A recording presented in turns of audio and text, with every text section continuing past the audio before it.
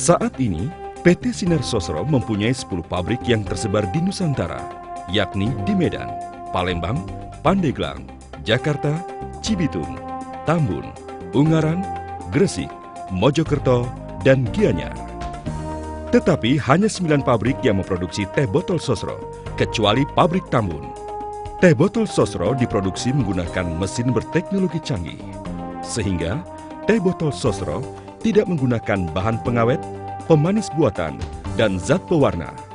Mesin produksi teh botol Sosro ini terdiri dari 9 bagian, yaitu the palletizer, the crater, crat washer, bottle washer, empty bottle inspection atau EBI, mesin filler and crowner, printer video jet, crater, dan palletizer. Untuk lebih jelasnya, mari kita lihat bersama proses produksi teh botol Sosro. Sebelum proses produksi dimulai, yang pertama dilakukan adalah memilih bahan baku teh botol Sosro, yaitu teh wangi, gula pasir, dan air. Teh wangi yang digunakan adalah teh hijau dengan kualitas terbaik, yakni daun teh yang hanya diambil 3 lembar pucuknya saja dan berasal dari perkebunan Sosro sendiri yang terletak di Garut, Cianjur, Tasikmalaya, dan Pengalengan. Daun teh tersebut dicampur dengan bunga melati sehingga menjadi teh wangi dan merupakan bahan baku teh botol Sosro. Untuk gula pasirnya, teh botol Sosro menggunakan gula pasir industri, yakni gula pasir yang sudah melalui proses penyaringan sebanyak 2 kali dan merupakan gula pasir dengan mutu terbaik. Air yang digunakan adalah air dari dalam bumi dengan kedalaman 150 meter di bawah permukaan tanah.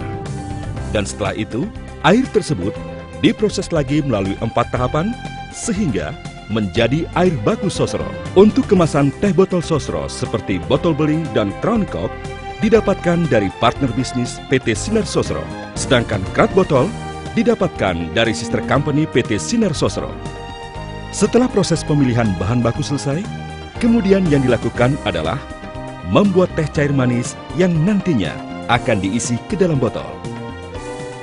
Pertama-tama, air disaring atau difilter terlebih dahulu untuk menghilangkan kotoran-kotoran dan mineral-mineral yang mengganggu.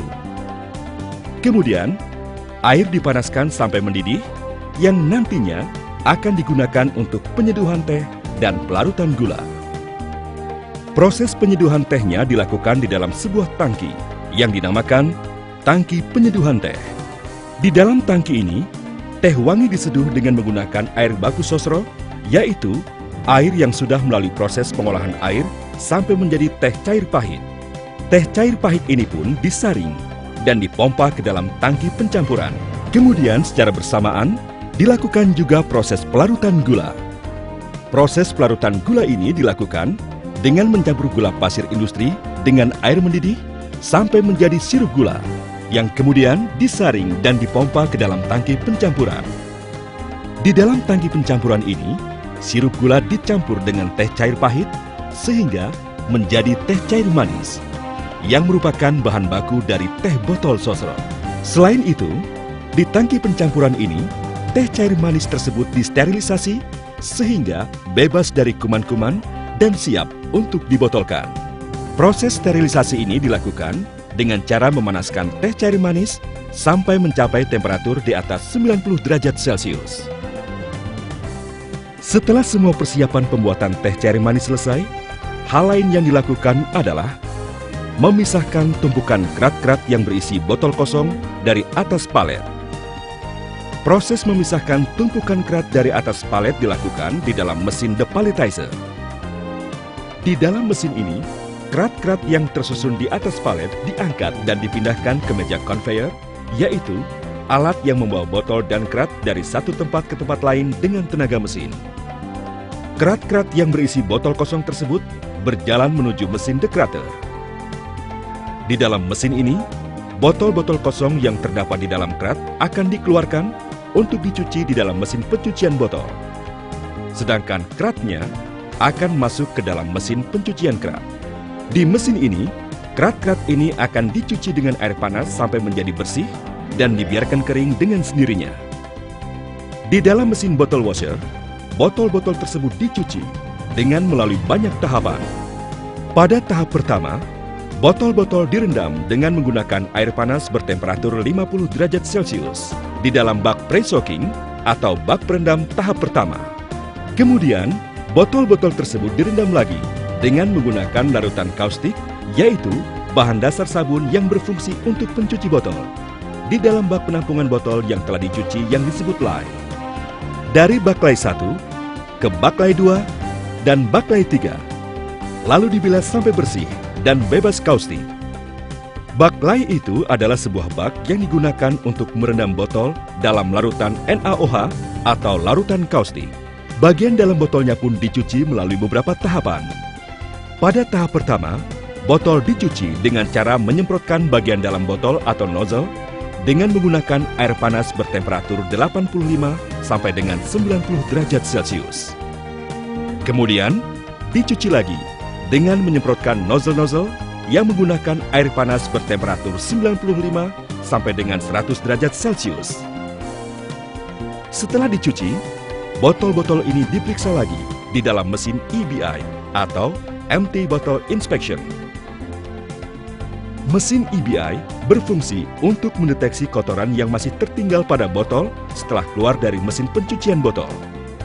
Mesin EBI ini dapat mendeteksi benda-benda kecil yang ada di dalam botol. Dan jika terdapat kotoran atau benda asing di dalam botol dan pada bagian bawah botol, maka botol tersebut akan langsung disingkirkan secara otomatis. Botol yang lolos seleksi adalah botol yang sudah bebas dari kuman-kuman dan siap untuk diisi teh cair manis. Di mesin filler dan crowner, botol-botol yang lolos seleksi kemudian diisi teh cair manis yang sudah bebas kuman. Selain itu, di mesin ini juga dilengkapi sebuah alat yang berfungsi untuk menutup tutup botol atau sering disebut crown cork.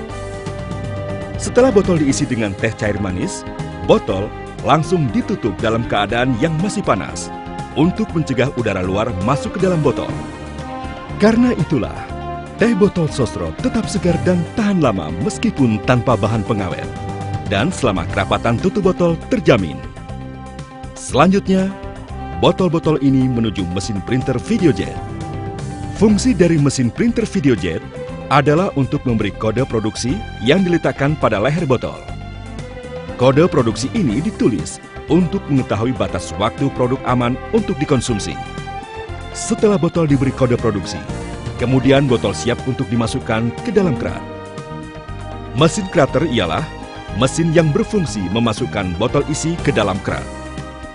Kemudian, kerat yang sudah terisi botol tersebut akan dipindahkan lagi ke atas palet. Mesin palletizer adalah mesin yang berfungsi untuk menyusun kerat yang sudah berisi botol isi ke atas palet. Kemudian, palet-palet ini akan disimpan di dalam gudang peti isi selama kurun waktu 3 hari sebelum produk dijual ke pasar. Proses penyimpanan ini dinamakan proses inkubasi. Selama proses inkubasi ini, teh botol sosro diuji coba kembali oleh tim sosro dari bagian quality control. Dan uji coba ini pun dilakukan melalui 4 proses, yaitu secara fisik, kimia, mikrobiologi, dan organoleptik. Yang pertama adalah uji coba secara fisik atau dilihat dari segi kemasan botol. Yang kedua, yaitu uji coba kimia. Artinya adalah pemeriksaan terhadap kadar gula, tanin, dan tingkat pH pada produk. Yang ketiga adalah uji coba mikrobiologi yang bertujuan untuk mengetahui perkembangan mikrobiologi pada produk. Dan yang terakhir adalah uji coba organoleptik. Artinya adalah pemeriksaan terhadap warna dan kejernihan pada produk. Kita sudah menyaksikan bagaimana proses produksi dari teh botol sosro yang tetap segar dan tahan lama selama kemasannya tertutup rapat. Jadi, tidak perlu ragu lagi. Kalau haus, minum saja teh botol sosro. Sosro, ahlinya teh.